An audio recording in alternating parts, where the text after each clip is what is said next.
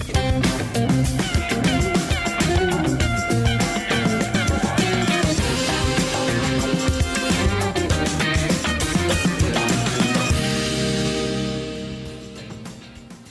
and good evening, I'm Melisa Idris. And I'm Hafiz Marzukhi. Welcome to Consider This, the show where we want you to consider and then reconsider the news of the day.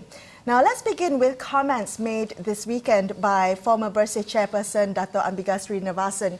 So she was at a forum on the Institutional Reform Committee report, and Ambiga warned that if the Pakatan Harapan government does not implement certain key reforms by June, that the people will, quote-unquote, go to the streets again. Now, if I may quote her directly, some of these reforms are already drafted, according to Ambiga. If these things cannot be pushed through by June, it is a total failure of Pakatan Harapan's commitment to reform, unquote. Now, Hafiz, what do you make of her comments there? Quite strong comments coming from Ambiga. Well, Melisa, it sounds like she's very frustrated. And of course, we can understand where her frustrations are coming from, because as you can see, she is part of the reform committee, and it is very frustrating when you're part of a committee and you want to impose on all these reforms, but unfortunately it is not going at the pace that you want. However, it is we have to remember that it is impossible to call for reforms and expect them to be done the very next day or the very next month, and it's very hard to actually put a timeline, a set timeline on a reform, because as you can see from the IPCMC, the plans are actually to have them pass back in December, but however, due to certain things, it is moved up to the next sitting. Yeah, well, I completely agree with you in that respect, where I think Ambiga's comments really reflect a tone of frustration.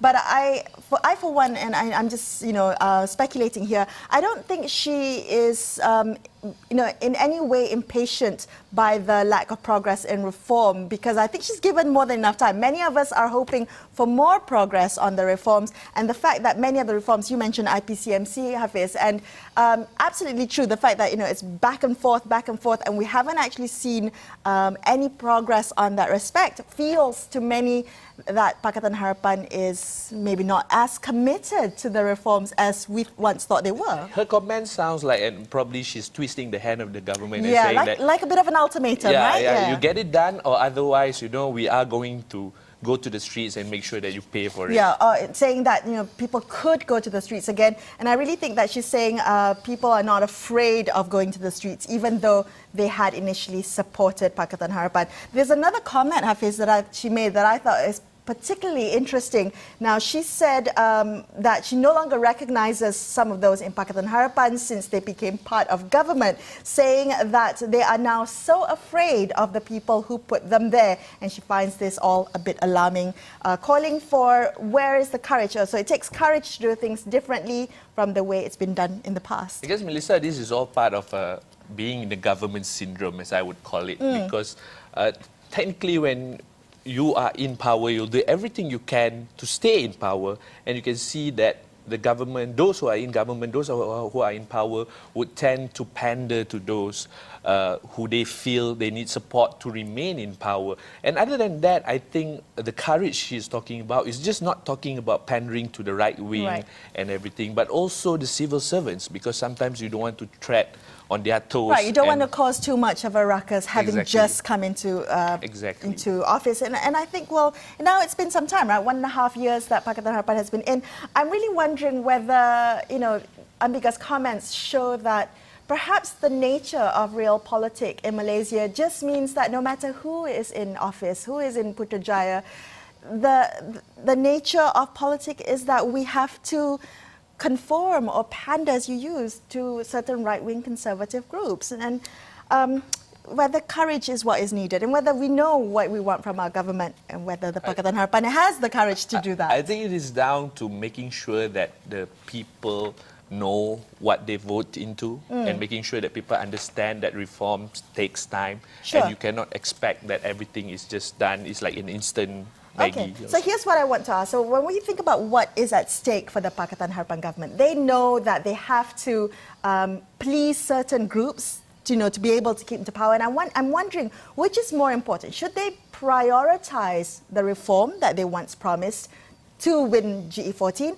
or should they prioritize a longevity of governance? Because we know reform doesn't happen overnight, reform doesn't happen in one term. Should they be thinking about how to maximize staying in power so that they can implement these reforms, or should they prioritize the reforms right now, today? I think they have to prioritize reform because it is about doing what you campaign to do.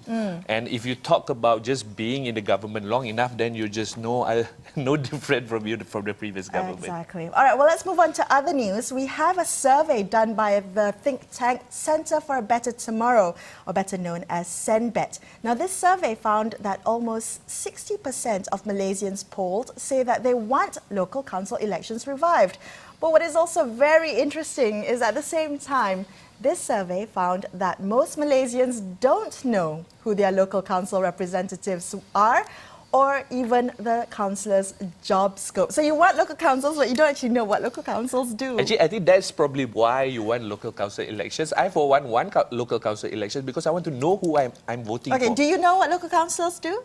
Well, technically, I know some of it. There's something to do with waste management. I don't know who my local councillor is. And I have to say, I'm not surprised at the result of this survey, Hafiz, because, listen, it's been more than 50 years that we've gone without local council elections here in Malaysia. It's, very few people will remember the last time we had local government elections. I think it was 1963, the last time it was held.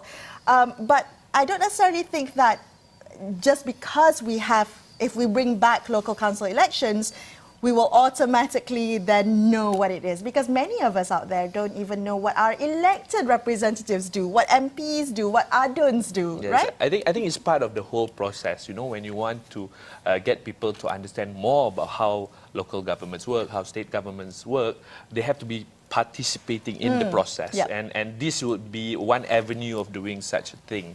And the Penang state government tried to bring local council elections. They tried to bring forth an amendment in 2012, but unfortunately the battle with federal court ruled it as unconstitutional. So we have to see what is needed to ensure that this is can be rolled out to the people. Right. I think also it's quite interesting. It reminds me of a conversation we once had with the MP of Bukit Pantai, Lembah Pantai, Fahmi Fazil, and this was when we were talking about MPs going missing in Parliament. And one of the things he brought out was the fact that many people don't understand the role of an MP, and they go to MPs to solve issues about potholes, about longkangs, about public infrastructure. So MPs are then seen to play the role of local councillors, entertaining all these complaints, when in fact MPs should be in Parliament debating and considering all the laws and the policies that will impact our bigger lives. Now, I'm just wondering whether having local council elections will make us a little bit more cognizant of the different roles and the job scopes of each. I certainly hope so, because this is what we've been waiting for so many years, and I think this would take a step further in ensuring the service delivery to the people is somewhat improved. Yeah, well, if you know the job scope of your colleague, you should know the job scope of your local councillor.